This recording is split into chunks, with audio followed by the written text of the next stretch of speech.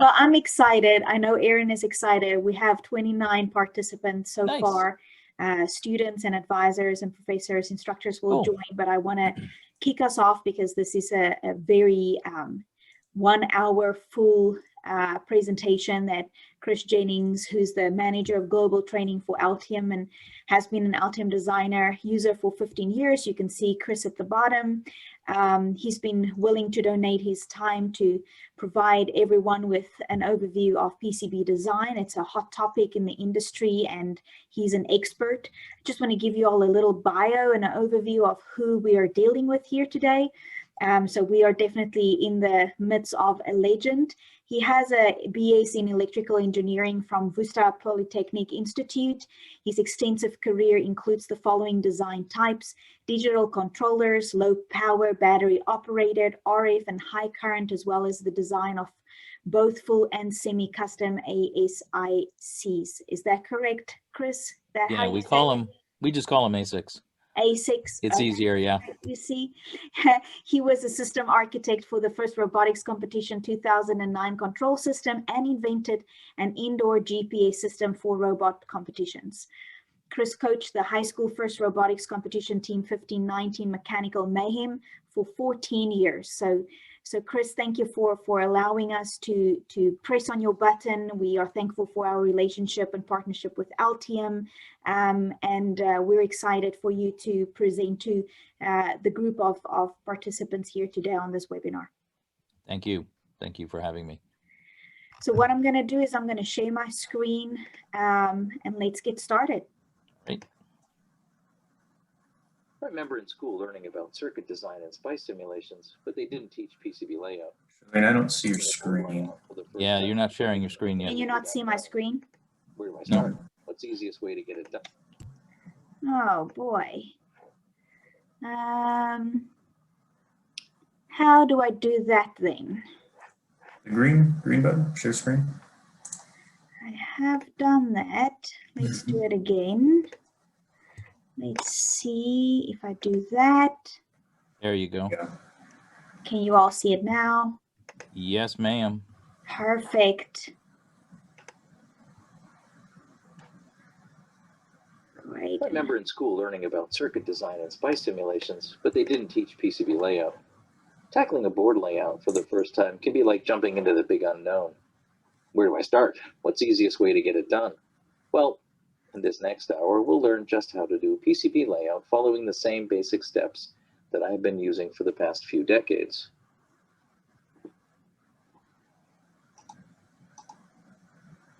The approach that I use consists of the following process steps. The steps are not all that complicated, but they should be followed sequentially. Along the way, I'll point out pitfalls and some of the reasons for the approach to board layout that I use. Let's start with the basic setup of the PCB. The setup for the PCB consists of a few steps. The first step is creating the PCB shape. The second is setting up the layer stack information for the PCB. The third is transferring the data from the schematics for the design onto the PCB. And the fourth is creating the rules for the PCB. Once we have this accomplished, then we are ready to move into the next major phase, which is PCB planning. So let's start with the PCB shape. When creating a PCB shape, there are preferred shapes and not so optimal ones as well. The not so optimal shapes are very long and thin, as you can see here, or really odd shapes, as you can also see in the bottom half of this slide. The optimal shape is a typical rectangular board that is most familiar to us all for PCBs. This is in part due to the fabrication process. How does the fabrication process drive the optimal shape? Well, all PCBs are fabbed on panels. Each panel has multiple copies, as you can see here. There are arrays of copies of your particular PCB design. And the panels are normally rectangular overall, so the more you can pack onto a single panel, the better off you are. The issues that you have with long and thin boards is that they're prone to warpage and reliability issues, which means lower yield. Lower yield, of course, means higher cost. Odd-shaped boards waste a lot of real estate, as you can imagine, and they require a lot of tooling to create cutout, and process. Again, yielding lower counts per panel and increased tooling time. Obviously, all of this adds significantly to the cost. There are other considerations that drive cost, one of which is design complexity and the enclosure requirements. Again, enclosure requirements would drive odd-shaped boards. The other factor that is somewhat critical is the number of layers. More layers, the more cost. In some cases, there's a trade-off between adding more layers and making the board smaller, and that is something that you might want to explore if your design is really cost-sensitive. Additional factors are the pitch and the trace widths and the via sizes. Again, very fine pitch, very small vias, and very narrow traces increase cost. Another consideration for the cost driver is impedance traces. If you need to have impedance constrained traces, that requires a finer control of the fabrication process and obviously impacts cost. At this point, we're ready to move on to the next phase of the PCB layout effort, the PCB setup.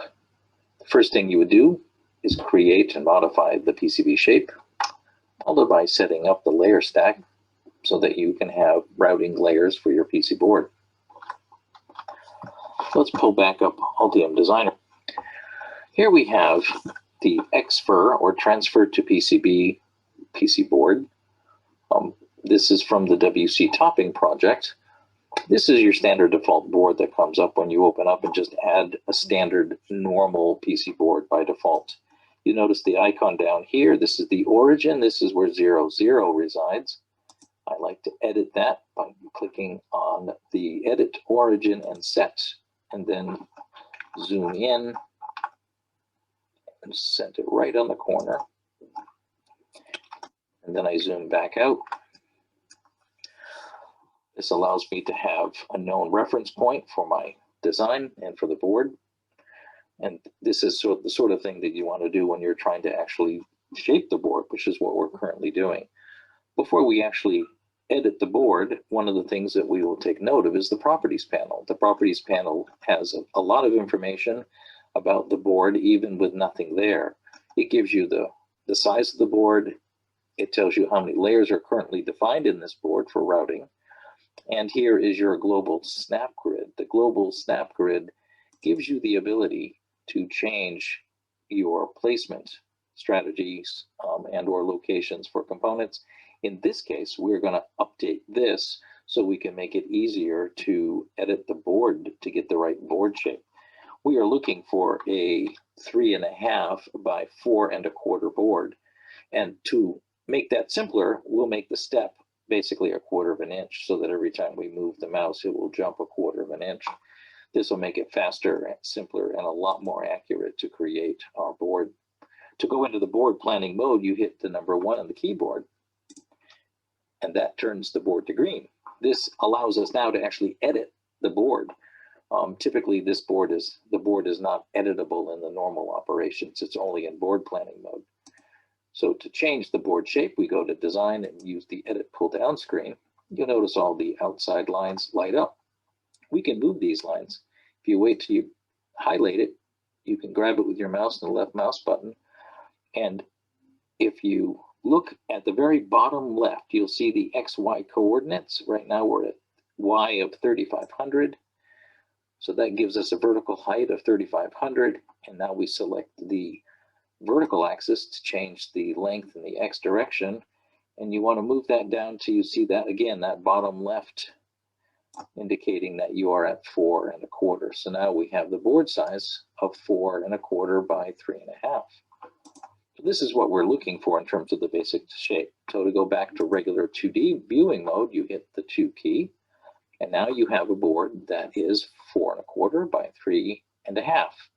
One thing to note, it's important to remember to reset your step so that when you're placing components later on, you don't have to only place them on 1/4 inch segments in the X and in the Y direction. So now that we have our board shaped properly, let's move on to the next step, and that is setting up the layers.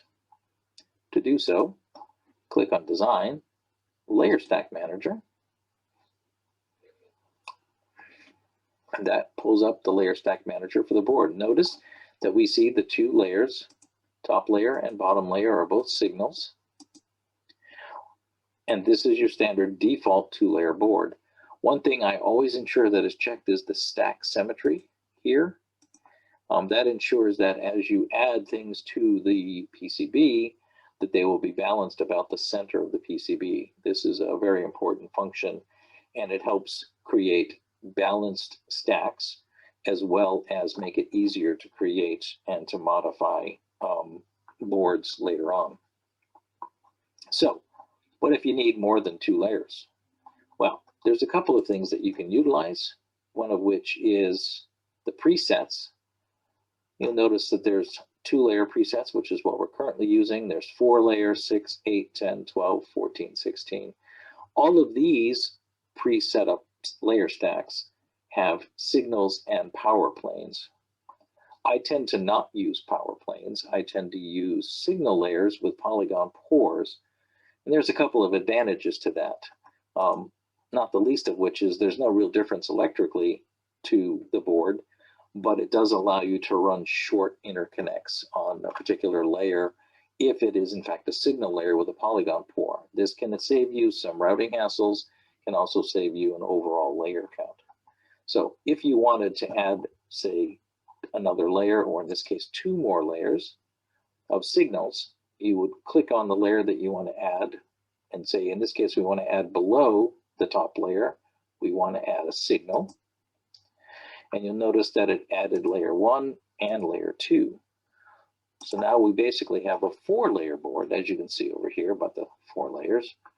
And these are all predefined. Now this is gives you the ability to add more layers, and you would only do so if you needed it, as again, the more layers you add, potentially the more cost that you will incur. Work with your fab house. In some cases, a 4-layer board that's smaller is actually cheaper than a 2-layer board that's large. So there are trade-offs there to be made. One interesting feature is the layer stack visualizer. This gives you a 3D view of your layer stack. Again, you can see all the dielectrics pointed out, the top overlay and the bottom overlay. The overlay basically covers the traces and protects the bare copper from getting corroded. It's actually an essential step in preventing long-term, reliability issues. And again, on the right-hand side, you'll see the different layers of your signals. So again, this is just a quick way to visualize. And if you're trying to document, and in particular, sending a description of what you're actually doing to, say, your customer, I would typically take a snapshot of this and send them the snapshot so they can clearly see all the layers and all the thicknesses and the definitions of them. It's really quite handy. So I'm going to close that and not save it because we're going to stay with 2-layer board.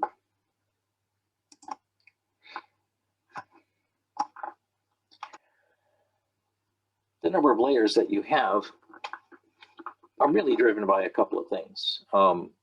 How dense your design is, how small your PC board is, and in particular, things like GA, which have very fine ball and pitches between the balls, make it very difficult to route in and out. So by definition, usually what happens is designs with BGAs require more layers so you can actually effectively route into the inner layers of the BGAs. A quick look at a BGA would be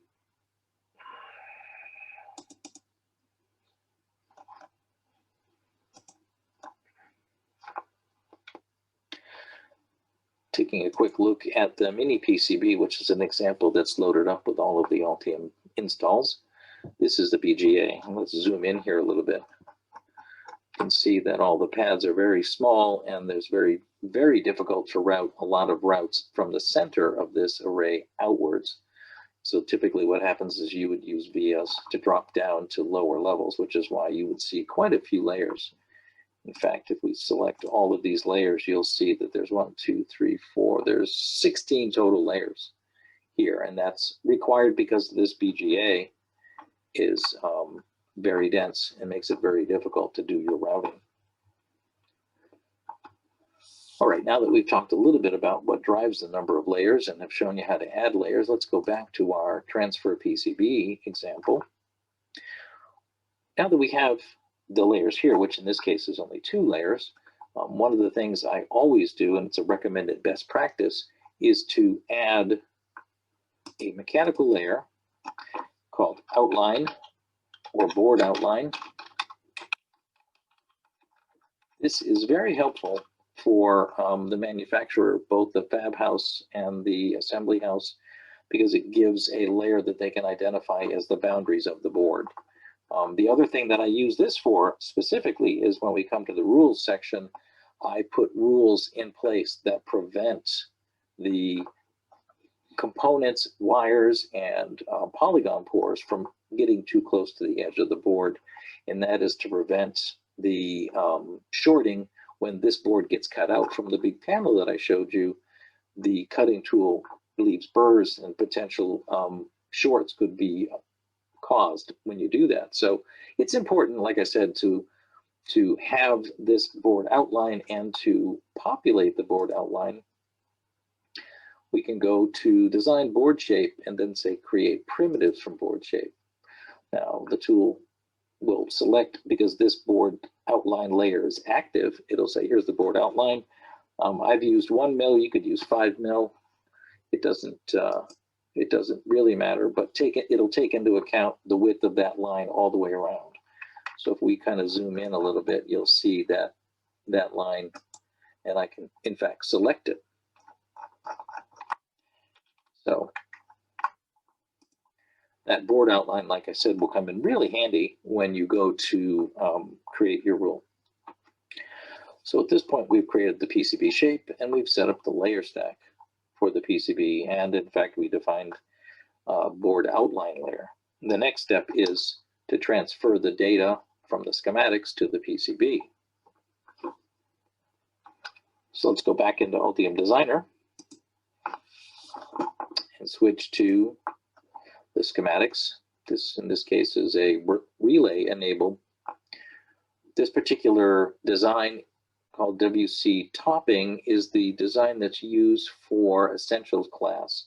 And we use it for all of the basic steps to walk you through the entire process of creating schematics, transferring. In this case, what we're going to do next is transfer to the PCB, the design, set up the design on the PC board, and actually do the PC board. So Essentials is a full start to finish overview of the process. So we're not going to talk a whole lot about schematics in this particular talk. Next week, we're going to have a talk about schematics, and we'll talk about all the issues and things that would be used for best practices, as well as how to go about doing the actual design capture. But what's important here is that we want to do design update PCB document. So this will actually create an engineering change order, or ECO. The engineering change order lists all of the differences between what's in the schematics and what is or is not, in this case, on the PCB. So you'll see a lot of things where you're adding a bunch of components, you'll add a bunch of nets, you'll add component classes, and you'll add net classes. We'll talk about those when we talk about schematics as well, and rooms. You also notice very bottom down here is add rules. This actually there's a rule built into the schematics, which again is a best practice, highly recommended. This rule is on the schematic and will get transferred into the PCB, so we'll follow that rule when we do routing later on. Here we have 5 rooms. Each of these rooms represents one of the schematics over here. That can be very useful when we go to do placement. So let's go ahead and execute those changes. It'll go through the whole process and transfer everything over. Once it's done, it'll pull back up the PC board. I always like to say, are there any errors? No errors, that's good.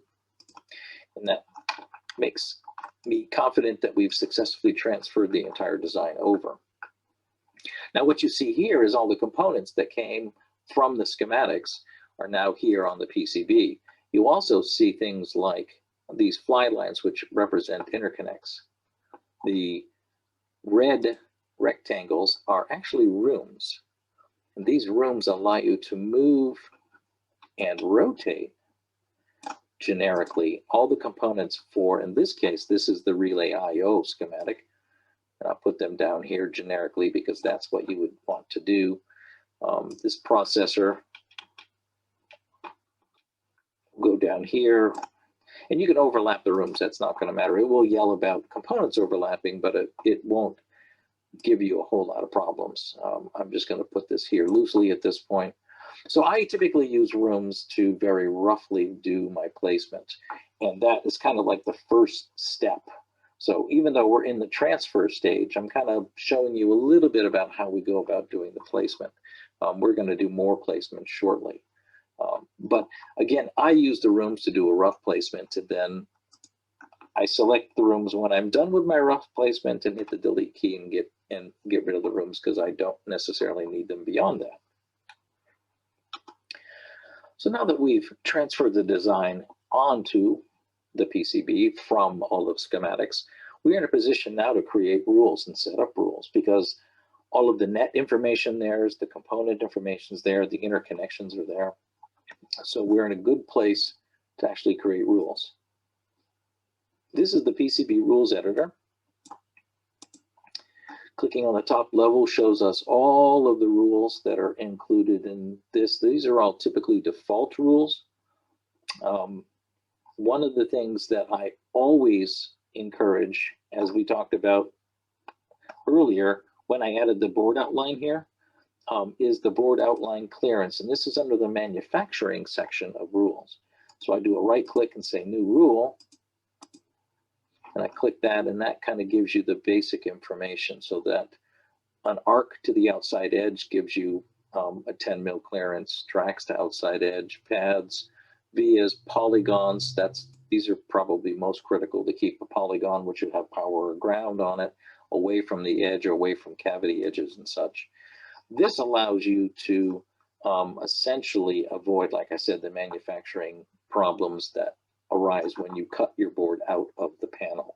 So I would always encourage this, and I never do it without it because I want to ensure that I don't have problems with yield once I try to get the boards back, and either I assemble them or I have somebody else assemble them. One of the interesting things here that is important to understand is in this case, the width rule. You'll notice there's two different rules here. There's the schematic width constraint and the regular default width constraint. The default rules typically will have all as listed as their object matching. For example, in clearance, you'll see the same thing. When the first is all and the second object is all, you want to have these kind of clearances enforced. What's important to note when there are multiple rules is that the scope, in this case, all, is the lowest priority. And the reason for that is if, for example, you put this up at a higher level, so let's open up this guy here. If the rule was a higher level than, if this rule, which is targeted directly and specifically at the 12-volt net, was a lower priority than the width rule, what would happen is it would never be seen because the scope of all would capture and apply that generic width rule even to the 12-volt net and this lower priority rule. We can actually set that priority here. Let's do that quickly. We'll decrease the priority. So this is what I'm talking about. If, for example, your default width rule is a higher priority, then it's like a very fine mesh net that captures everything and won't let any nets, anything else go through and fall through to this lower guy here.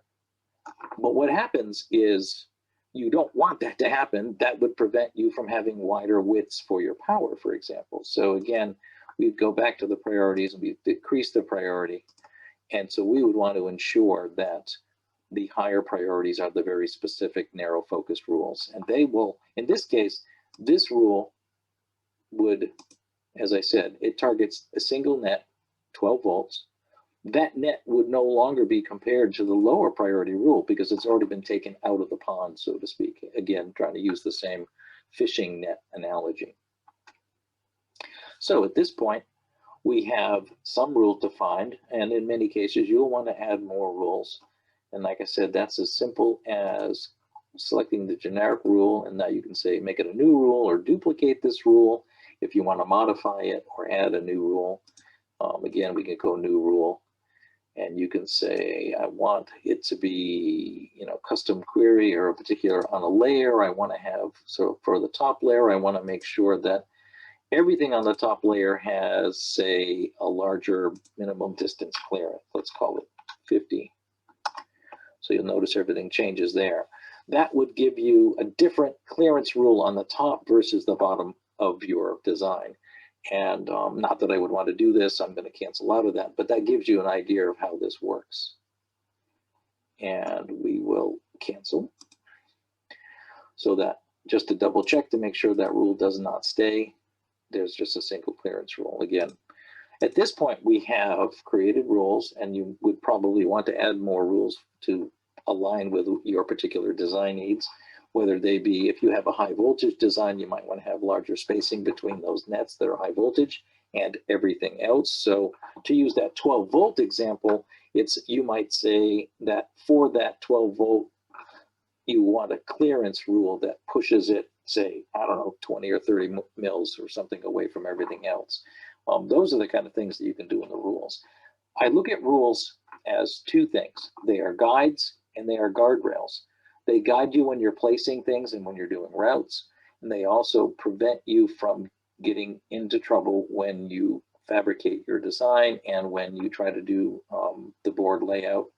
It prevents you from routing too close. It prevents components from being placed too close.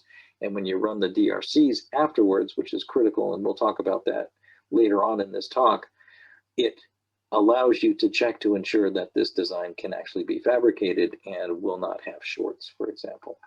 That's very critical. So now that we've got that done, we are ready to do the PCB. All of the setup has been done at this point. Now we're ready to move on to the PCB planning phase. So we have placement constraints and route planning. Both of these are the early phases of the design, and you would do this as a precursor before you route anything or do any physical placements. Let's go back to Altium Designer, pull that back up to the front, to the fore as it were, and look at a finished version of the WC topping design. This design was driven principally by the enclosure that it was in, and that's part of what drives placement. Typically, you have hard locations where you need particular connectors. Like this connector here is the connector for the unattached daughter board, which is actually a Raspberry Pi. Raspberry Pi single board controller is underneath this, and if we click on the shift key, I can show you a rotate, kind of a crude version of the Raspberry Pi is stuck underneath there. That drives where this is located, because these mounting holes in the case for this particular design were structured on the outer edge of the case. Power came in through an opening on the case side here, and the relay connections were on the right side here. These IOs went through a couple of ribbon cables off in the top direction through the case. And this is a CAN bus interface here, and the cable went off in that direction to connect up to the, in this case, this was a robotics application. The WC topping was an expansion of the IO from a Raspberry Pi to give more control options for this particular robot controller. So again, your case may define placement of all of your IOs and the connectors. That is usually your first level. Your second level would be things like power sections and areas.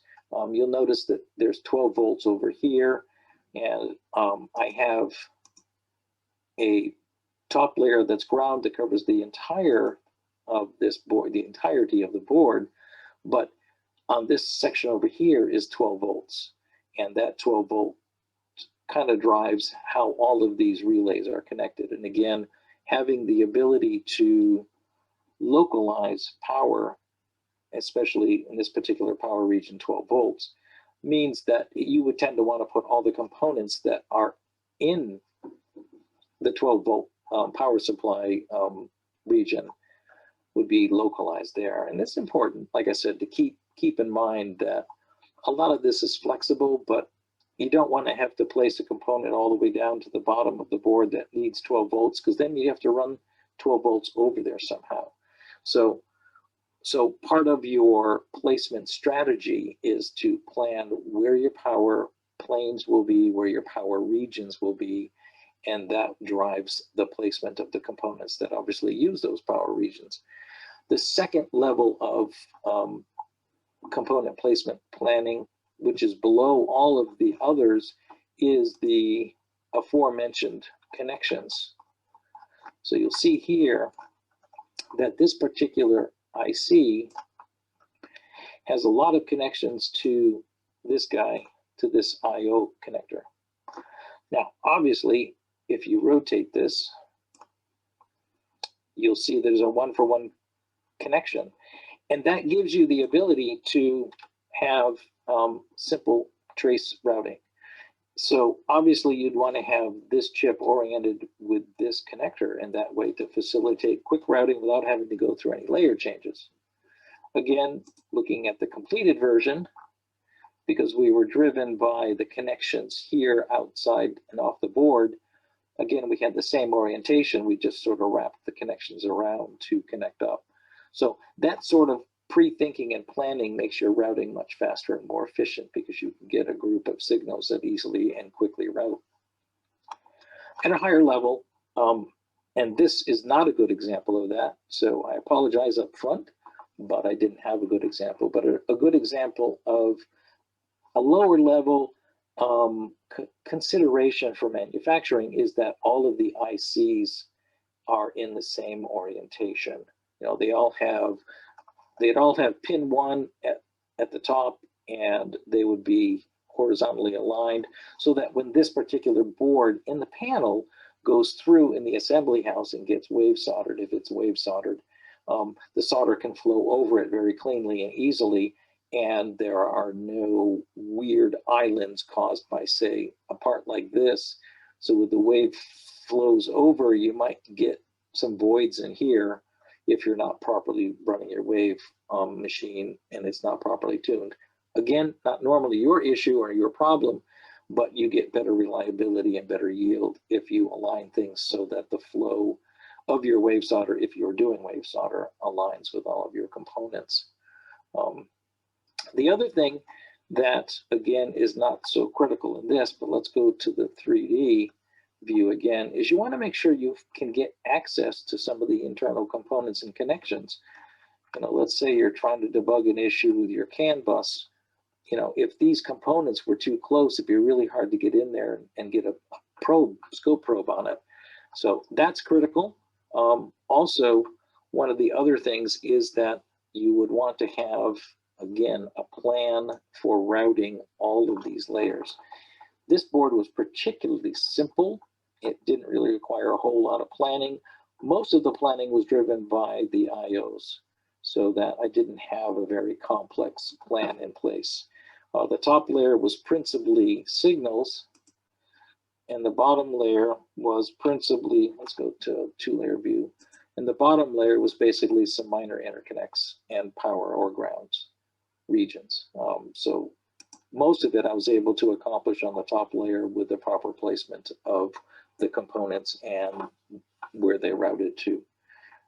One interesting view would be a memory stick. This particular design has 8 layers, and you can see there's some VGAs for the DDR memories, in fact. And, you know, zooming in, you'll see, you know, there's a lot of really fine traces.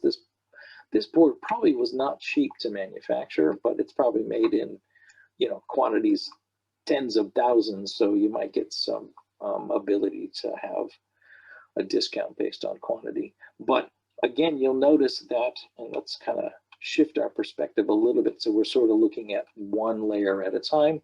I did that by hitting the Shift and S key, so you kind of like single layer viewing mode. See, here's the top layer. You'll notice things are principally up and down. There's some little interconnect here. This layer here is about power. Most of the signals run horizontally on this layer. This is another power layer. Again, horizontal layers, mostly horizontal, some vertical. Power distribution, and the bottom, again, has some vertical. So it looks like the top and the bottom layers are principally vertical or short interconnects, and all the other inner layers are horizontal. Again, there's some exceptions here, right? This isn't horizontal, it's more vertical, but you can't rigidly assign a layer and not get around it in some cases like here, because it makes perfect sense to do so. But again, having a layer direction and orientation on each layer for how you want to trace and route traces can be very important. One of the other things that is a consideration, let's go back to the mini PCB. Again, if you zoom in here, you'll notice that there's a lot of vias in here. Now these vias, if there were enough of them, would probably seriously block a lot of traces being routed through here. And that's one of the issues about via placement when you're doing routing, and we'll talk about that briefly then. But this is kind of called like picket fencing, where you have all of these vias lined up. You certainly can't run a trace through here. You'd have to run a trace through here, in between the vias. But if there were more vias needed, you would block potentially that channel for routing vias. So you got to be careful not to picket fence yourself when you're placing vias for connecting the upper to lower layers. So that covers PCB planning. We also sort of bled into the next step, which is the method for placing components. Again, we talked about component placement starting with the physical constraints. Like I said, I/O connectors and cases, using rooms and the schematic-based connections for general placement. Cross-selection schematic to PCB. This is an interesting feature that I'd like to actually demonstrate shortly. And then the last is the basic interconnect, which I already described earlier, placing components so that it makes it easier to do the interconnects. The cross-selection is an interesting feature in Altium that I take great advantage of. Let me pull back up Altium Designer. We'll go to the RF schematics. This is a Bluetooth RF schematic. This is a part of a portion of a design I did for a customer a long time ago. It has an external antenna, and it has the NRF 52810 chip.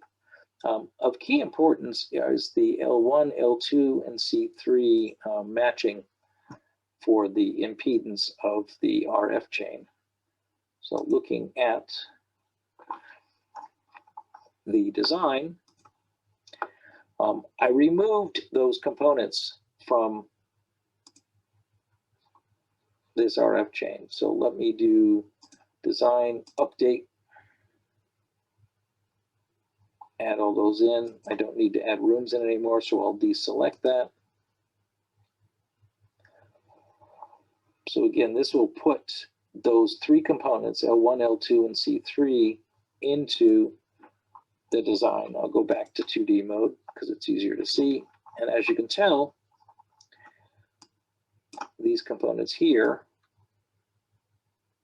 obviously belong here.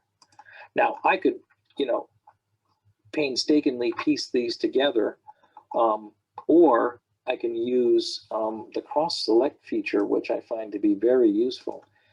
When you have the components laid out like this and you want them to go in a particular order, in this case, the RF chain, selecting L1, holding the shift key down, selecting C3, and then L2, Switching back to the PC board, you'll notice that those three components are selected. The nice thing about the cross-selection mode is that you can use tools, component placement, and reposition selected components. What this will do is actually provide you with a sequential linear way of placing these components.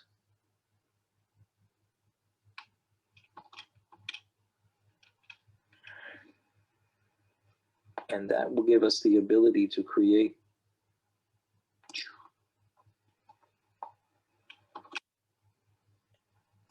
the RF chain fairly quickly.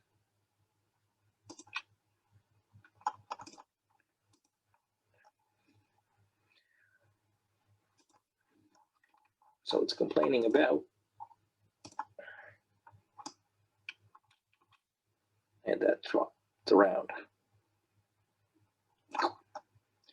So that's an easy way to get your placement done and correct by design. And again, typically you'd want to have this RF trace consisting of this component, and this trace to be as linear as possible to avoid reflections. This also brings up another interesting feature of the properties panel. You'll notice when I left click select out in this area, I get this large shadow that shows up, and this is the polygon pore, and it's assigned to the ground net. But if I do not want to continue getting that selected, I can disable selecting polygons from the selection filter. So now it won't select it. At the bottom layer, we also have ground, and you can see here one of the concerns for the ground return. This was purposefully misrouted so that you all know. I hit the tab key to select the entire trace.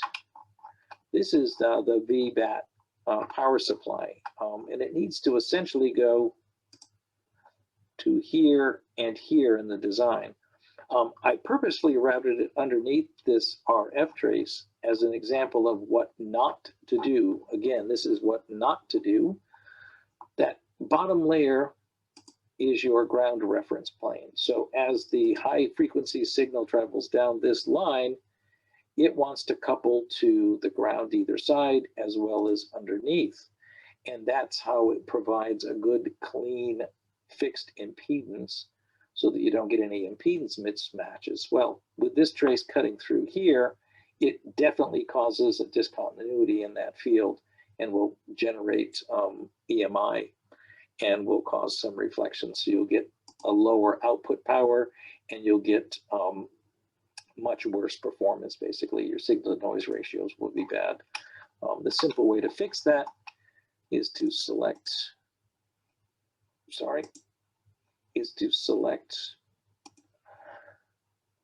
the trace, go back here and connect it there. And that should disable automatically. I usually have remove loops, so it'll take out that particular loop. So now the section underneath here, and let's select all of this again.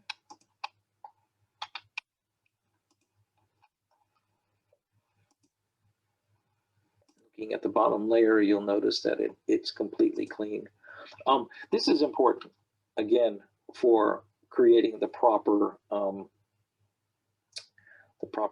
wave guide for your, move this guy over here.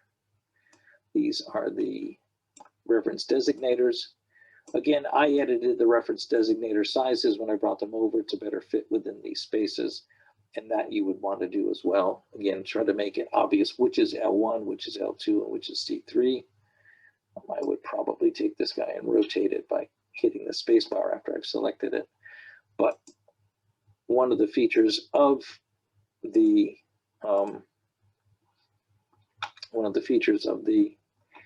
we'll pull the top overlay here, is to be able to edit its size. Our default is 20 by 5. So that's kind of handy.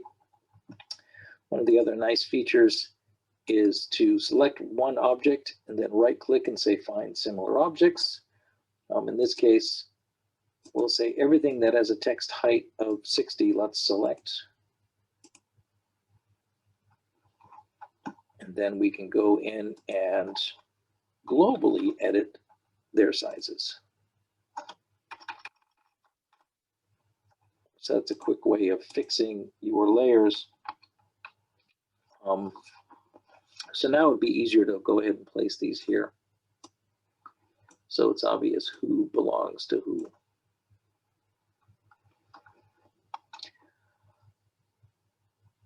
So again, our method for placing components is to use that following strategy. Let's go back to Altium Designer and let's go back to our transfer PCB design. And again, we use the rooms generically to do the simple placements. I'm just going to get rid of the rooms at this point.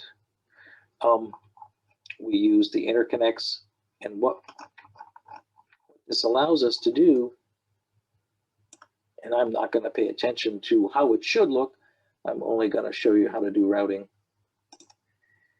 Let's go from here to here.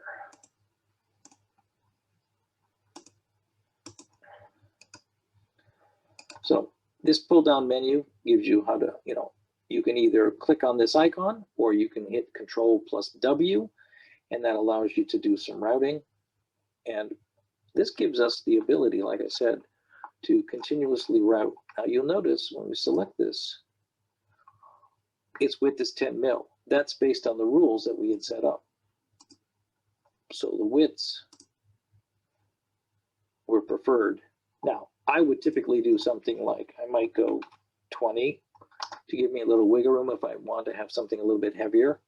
The schematic width constraint for the 12 volts, let's find the 12 volt net and route that, and we'll show you how that how that gets applied when you go to route the 12 volt net. Again, what I like to use is we'll go to the power supply. We'll click on the connector that has the 12 volts on it, and then we'll go to the PC board, and you should see this guy right here. Let's do a route of this. And that route now has the default of 30. So again, you can use your rules to drive your routing, and you can use your rules to also drive component placements. For example, if you take a component and place it on top of something, you'll notice how it goes green. That indicates that that's a violation, and the violation says component clearance constraint between the Anderson connector and the surface mount resistor. Again, the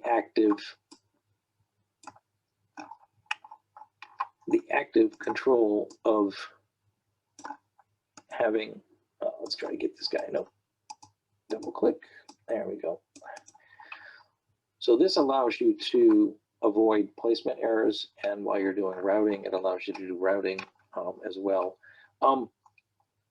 Just to demonstrate how to jump between layers on the board, we can go that route, so to speak. We'll go back, click on that, and then you hit the plus key, and that'll drop a via in, and the via size is determined again by your rules. And now you're on the lower level. You're on the next layer down. In this case, there's only 2 layers, so you're on the bottom. You can hit the plus or the minus while you're doing routing, and let me continue to do that. And then hit. So that's how you can switch between signal layers. It drops a via in, so it makes all the connections. And that's actually fairly straightforward and easy to do. Again, the plus minus key on your expanded keyboard. You can also do things like, you can actually place a via, and I would encourage you to place a via only on something that's already has a signal net, because if you don't, that via won't have any, won't have a signal associated with it. So if you place it there, and you select on it, you'll notice it doesn't have a net associated with it. So if you tried to route this 12-volt net to that via, it would not let you because that would be considered a short, even though there's no net assigned to it. So I always make sure I drop vias on already predefined nets. That makes a big difference in terms of your routing capability. So again, you want to make sure that you use your routing strategies so that the particular direction is correct for each layer if you really need that defined. Again, multi-layer routing, which we've shown using the standard routing and hitting the plus or minus key. If you want to place a component on the bottom side, that is a simple matter of grabbing the component, starting to move it, and we'll grab this guy here, U1. As you start to move it and you hit the L key, it moves it to the lower level. And so you can see that it's changed colors, the pads have changed colors, and that is probably easier to see if we look at the 3D version. I hit view bottom, VB, and now you can see U1 is actually on the bottom. Let me flip the board back and go back into 2D mode, grab this guy and hit L again, and that puts it back on the top layer. So again, when you're moving something, a component you've selected, you can hit the shift key and rotate it.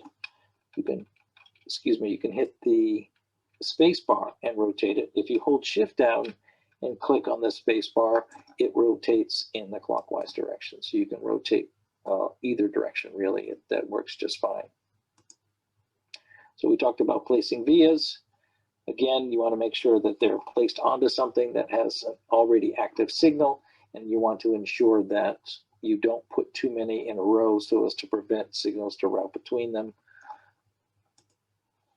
And the power return considerations. Again, you don't want to have incomplete power.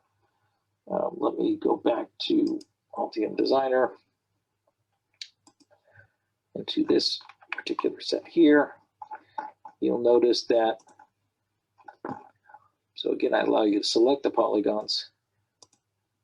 Let me disable components so I could just select the polygon. So there's a couple polygons. There's a 5-volt polygon, as you can see highlighted, and there's the ground polygon, and they overlap each other. And that works, again, so this gives you the 5 volts transferred around, and this is the ground transferred around. You notice the ground polygon port extends over the entire thing. That is allowed because the polygon, the 5-volt polygon is poured first, and that's a more advanced topic. It'd be easier if you're just trying to start out to create your polygon pores as very defined regions, and that's easy enough to show. To place polygon pore, go something like that, and you can now edit and modify that shape. You would assign a net to it. I usually use auto naming consistently because I want to make sure I can name the polygons. In case I wanted to name that polygon in a rule or reference that in a rule, that's a really good and handy thing to do. So again, our power return considerations are you don't want to have a broken ground return under high-speed signals, and you want to ensure that you can route power everywhere throughout your design. That brings us to design rule checks. These are critical for success and for running and fixing. That enables you to get a proper board done and out the door. Looking at Altium Designer, this board is fully routed and I'm hoping doesn't have any routing violations. There are a couple here, for example. I like the PCB rules and violations panel because it gives me an ability to step by step go through each one. So I can select this guy here. It's the board outline clearance, and I can run the board outline clearance check. Again, there's no errors here. Clearance constraint. You'll notice there's a whole bunch of clearance constraints, but no violations. Differential pairs, I believe the errors that we saw were silk to silk clearance, yes. So silk to silk clearance, you want to be able to print without having issues. So here we have this right here, double clicking on this text 2 on the top overlay and the track. So if we highlight it, we can see that those are interfering and really close to each other. That number 2 is part of the footprint and can't be moved. So unfortunately, we can't fix that. We can just ignore it. And you would ignore it by right-clicking on it and saying, waive the selected violation. So that's how you can find and fix them. So you would sequence and step down through. I generally do unrouted net constraints. I do silk the solder mask, silk the silk. The short circuit is very critical. I also make sure the board outline clearance and component clearance is done. If you have differential pairs, again, you're going to want to check through all of these to make sure that there are no errors that will cause a failure when you go to fabricate or assemble the board, or when it's actually in tested after it's been assembled.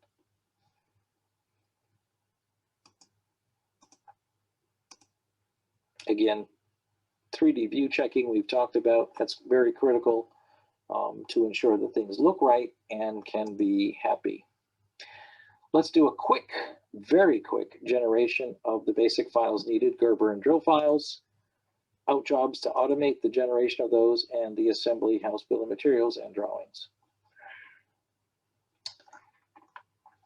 So in this design, let's just save it for now, make it happy. Okay. To generate Gerbers, you would do fabrication output Gerber files. This opens up a window. You can use inches or millimeters. Again, most places use millimeters. The format, I do 4:2 because I don't need a whole lot of resolution. The layers, I usually say plot layers, all the ones that are used. Drill drawing, I usually say plot all the used drill layers, apertures. In advanced, these are mostly the defaults. You hit the OK, and it will go ahead and generate the Gerber files and pull up the CAM file that shows you the results of running Gerbers. Now I go back to the PCB dock and generate the NC drill files. Again, millimeters, 4:2 is probably fine. Everything else I leave standard, and go ahead and generate that. So this gives you drill files. And what this does is it creates a whole series of generated files that you would send to your fabricator to actually fabricate the board. Taking a quick look at creating an out job. Add new to the project, out job file. So basically you would add out job files. For example, composite drawings, you can have a drawing, you can have a 3D print, your assembly outputs, you can create an assembly drawing, pick and place files, test point, fabrication. Again, here's where you would say, yeah, I want Gerber files and I want NC drill files. So you double click on the Gerber file and say, make sure you check the right units that you want, the right layers that you want. Again, you got to set the layers up because it doesn't know what you want to have. I usually click on all those, apertures in advance. Now you've actually set that up. Likewise with the NC drill file, double click on it. We don't need super accurate because it's not that important for this particular design. It was pretty sloppy design in terms of constraints for fabrication. It was very cheap to build. So now you select your order to put in the folder, and then you can actually go generate content, and it would regenerate all those files you just did. The nice thing about it is if you put all of your reports in here, bill of materials, for example, for the project, you can double click and it will do the compile, and it popped up the generated bill of materials. So here's how you get your bill of materials. You could also do that manually from the pull down menus. Again, I always like to put everything inside of the out job file so I always get it generated properly. And you can do a lot of work here. Quite often, you might export it into an XLS file that you would send to your manufacturer as well. So let's just say OK. And if you click on that, all three of these files will go into your folder structure, which you've defined, and then you can send all of that as a zip file to your fabricator house and be off to the races. The only thing I haven't quite done, and I've run a little bit over, or I'm getting close to running over, is generating a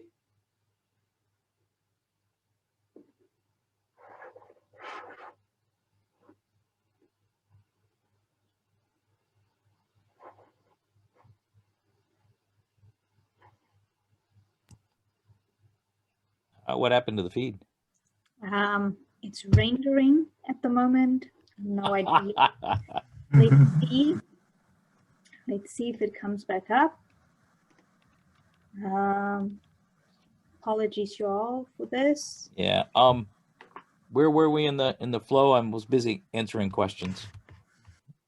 Yeah, I was doing the same. last- There's only 2 minutes left. Yeah. Were we talking about Draftsman maybe?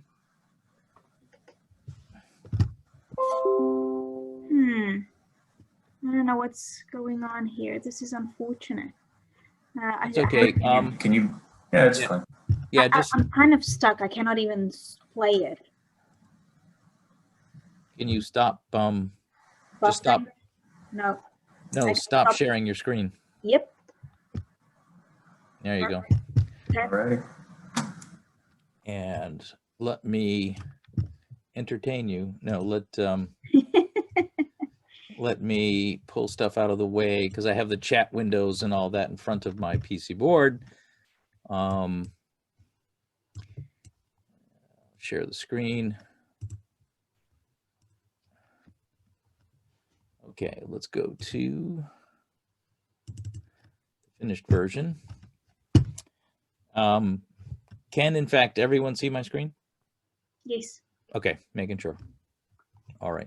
So this version obviously does not have a an out job in it yet, but we can add to this project a where is it? Draftsman document. Give it a moment. Now, the Draftsman document gives you the ability to create kind of a Draftsman style look and feel for your board. There's a number of different templates that are available. I'm just going to pick the first one, the assembly drawing one, and click OK. And what this will do is open up a Draftsman document and populate the Draftsman document information from the active PC board. The nice part about this is if you create this early, you can, in fact, if you update your PCB, you can, in fact, bring in the new changes. So it's a live document. It's not a static snapshot. You can update it as needed. You can move these components around. You can add notes. There's a lot of different features and options that you can add to it. I typically use this as a more formal way of describing to an assembly house what the board looks like. They're much more comfortable with getting essentially a draftsman kind of drawing. What I typically like to use is the I like to create. I do the smart PDF. I think I may have talked about that. I may not have. So just to make sure, current document, we'll go yes. Yeah, we'll overwrite it because I've already done it. I don't want to export the bill of materials, although I will show creating a bill of materials shortly, because I think that was one of the last things I did in the rendered talk. But the nice thing about this particular PDF is that it's over here. Bring it over here. Come on. The nice thing about the PDF is it gives you all your schematic prints. So it's an easy way to share your design with someone who might not have Altium Designer, even though there is a free viewer available. It does give them the ability to see what's going on. And it also gives you the ability to look at the PC board. You can generate multiple versions of this. There's a lot of different options, but I at least do this minimally. And as you can see, what happened is when I created that, it opened up an out job for me, which is kind of nice to have. Somebody was asking about pick and place files generation. That's done under the assembly outputs. It generates pick and place files. So you'd say just, I usually have this be generic PCB document. There's a couple reasons for that. It's kind of insider baseball stuff, but it allows this out job to be used for multiple projects. So instead of pointing to just the WC topping file, it points to a generic PCB. And that, I think, makes this a lot more universal. So if you go through the process of creating your out job so that you, in fact, have all of the files and all of the outputs that you need for your fab house, for your assembly house, for purchasing, for example, then you can go through and simply click on the generate content and it will generate all the files fresh. So if you do updates, if you do revisions, it's really nice to be able to go, click generate here, click generate here to update the pick and place. We'll add the Gerber files here like we did, and we'll add the NC drill files just as an example. So this will allow you to create and generate all of your files that you need semi-automatedly, and it gives you the ability to not miss anything and not have holds when you send off your board to fabrication. I cannot tell you how many customers I've run into that sent the board off. They told their boss it's all good, and then 3 days later they get an email from the fab house. I'm missing the board outline layer, or I'm missing the bill of materials, or.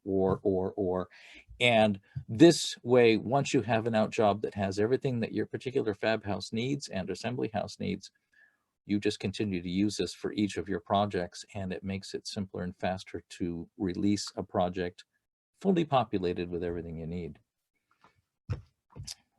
So this is, I think, one of the really nice things that's very helpful.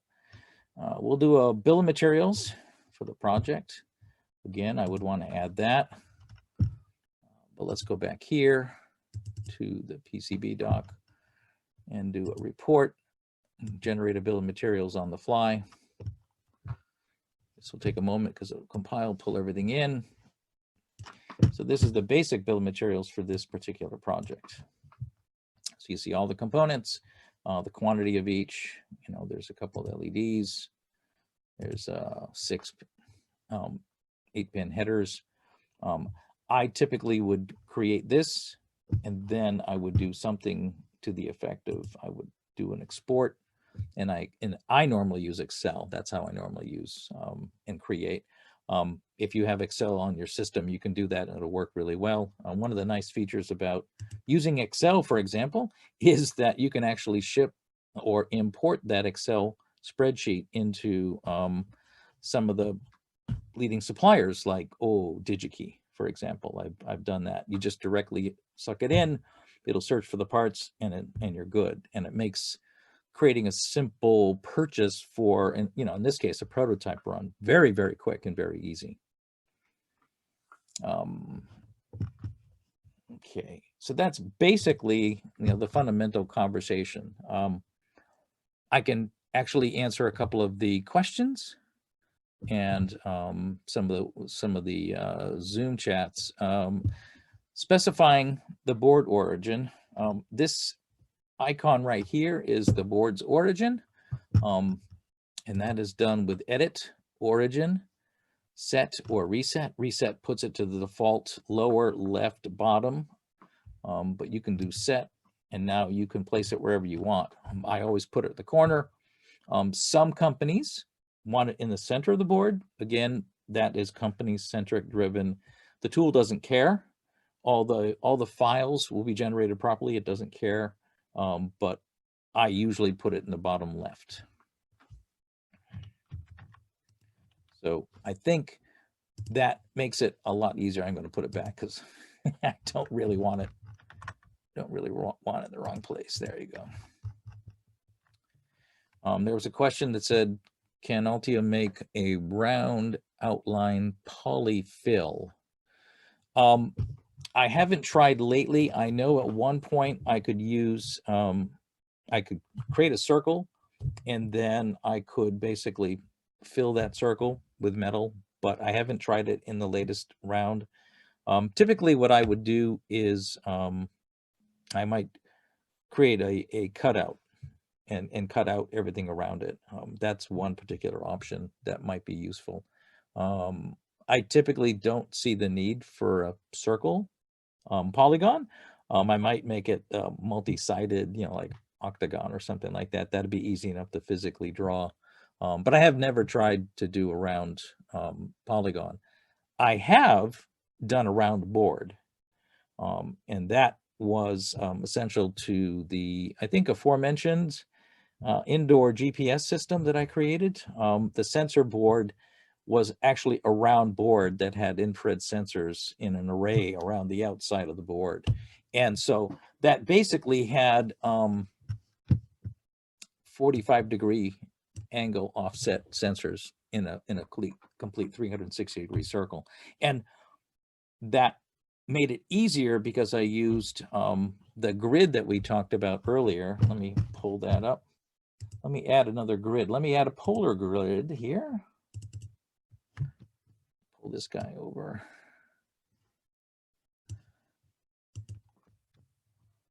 Let's see, polar grid. I actually used a polar grid and placed a polar grid down on the round, in the center of the round PCB.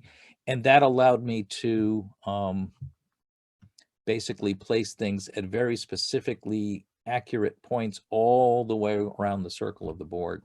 That way, when I placed the infrared sensors in, which were, you know, 3 leaded devices, there's a lot of flexibility. Well, we put them all in and then I slid the case on top and everything got oriented and aligned perfectly. So it was sort of a self-aligning function that made assembly a lot easier.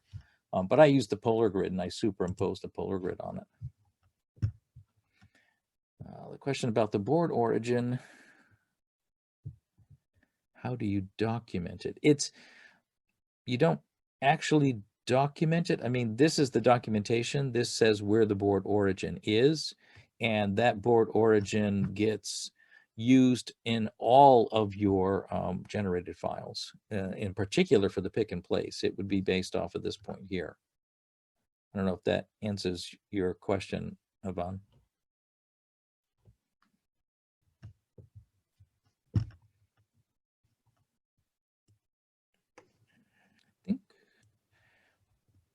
Are there any other questions? We have about 15 minutes more if anybody would like to ask additional questions. Sure. If not, then we can wrap it up. But while we have you, Chris, I don't know if people have any additional questions. Let's see. Yeah. Seems like I like said, it, right? I've done a lot of different things over the few decades of experience that I've had. I have only used Altium Designer. Some good starter projects. I didn't get the luxury of doing starter projects. I was the head of the new technology development group at first, and I got access to Altium there for the first time. I had no training and I had to start designing boards day one. My starter projects were, I need to get this for my project's deadlines to be met. That's how I got my starter projects done, but they were relatively straightforward. First Robotics is a high school robotics competition that uses 12 volts to power the all of the robots. So I wasn't doing anything high power. I wasn't doing anything, you know, like insane voltages. Most of it was low power. Some of it was high current. Some of the boards I designed, I needed 4 layers of 2 or 3 ounce copper to convey the roughly 100 amps at 12 volts that I needed to support. So I used a couple of example templates and did a lot of conversation with a wonderful fab house. Melody was her name, representative. She helped me to make sure everything I needed was done and correct for them to be able to assemble and fabricate the boards. I cannot stress enough, talk to your design house when you're trying to do something, especially for the first time. Make sure that your rules that you put into the PCB match what they can create, trace widths, via size holes, all of that, because it just speeds the whole process up. Books or resources. I think YouTube is probably one of your most awesome resources. That and Google.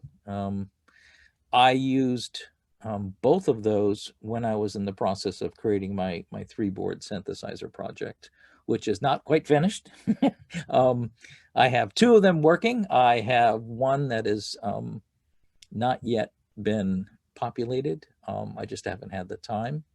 The struggle for that is it's a part-time project, like pretty much everything else. And you can see all the stuff behind me. There's a lot of stuff that's sitting there saying, Chris, come do me.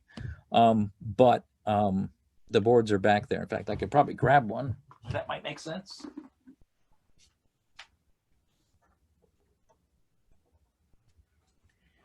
This is typically, assume everyone can still see my screen. It's a 4x4, basically 100 millimeter by 100 millimeter, double-sided, not very complex. This is the, it's a dual ADSR and a VCA. So the VCA is a voltage-controlled amplifier, and the ADSR basically creates the waveform for shaping the tonal signals. And that's one of 3 boards. I have one board that has a bunch of analog oscillators and some quasi-analog oscillators, and I'm smiling because I used hex inverters to generate lovely frequency, which is varied by a feedback cap and resistor. So took a sort of brute force approach to it. Used a bunch of op amps for filters and for mixing, and that's kind of the status. I do hope at some point over my shoulder you see a keyboard there. I intend to connect that keyboard up to these boards and get some live noise, and I do mean noise. But it's gonna be nice. I've come to the conclusion, and again, this was based on looking online all over the place, that there's a lot of different ways to skin the cat, and especially for an analog synthesizer. And the thing that I had to do this because I really wanted to do it, but the thing that was discouraging long-term was the fact that it's really expensive to do everything analog. It's very expensive. I spent probably 4 times the cost of my potentiometers than I did for everything else in the entire 3 designs, including the board fabrication. And the board assembly I did myself, so that was fairly inexpensive. Next time I'll do it all digital. It'll probably take me 2 weeks, but I learned a lot in the process, which was again part of the exercise. One of the things I would encourage you to try is to do designs, do layouts. If you're looking for feedback, you go ahead and let me show you how to do a project package. That might be fairly useful. You right click on the project file itself and say project packager, and it pulls up this nice little window. It says project focused.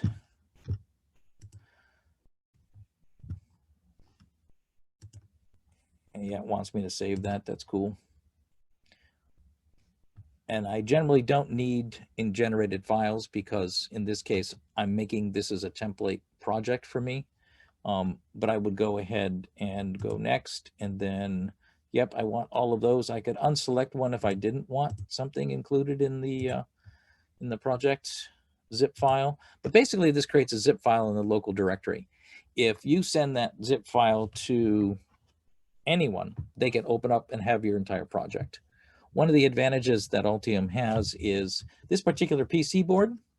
If I just sent you the PCB doc file, you would have the entire design because it has all the nets, has all the components information, and has obviously the layout information. The rules are built into the PC board itself. So it's fairly portable. And that's why one of the questions that I was asked that I eventually ended up also suggesting that, again, I don't get any money for PCBWay. It's just a company I've used a lot of. I just send them the PCB doc file in a zip, and they fabricate the whole board from that. I don't need to generate Gerbers. I don't need to generate drill files or pick them, nothing. They do it all based on that particular file, which is really nice that they're compatible. I actually think that might be the way to go long-term for some companies. And I think that'll be really exciting. Yes, there's also a YouTube channel for Altium that has a lot of instructional videos. It talks about things like, basically it walks through essentials. So what I tried to do in an hour normally takes a day and a half for an essentials class. So it did feel rushed. I apologize for that. I knew I was going to run out of time, and I expected that as well. So I hope this was helpful. And if there's any other questions, please feel free to fire off. And I think, Charlene, you have my email address. So if people need something, they can kind of reach out. Again, I can't do full-time support, but I'd be more than happy to answer some basic questions because I was a student once and it was brutal. And everybody's learning every day, and we appreciate your time, Chris. Yeah. I know that the students enjoyed it. We get a lot of thank yous from the attendees. We appreciate everyone coming out. This session will be recorded and we'll go on to the IPC Education Foundation YouTube channel. Chris just popped in his email address there.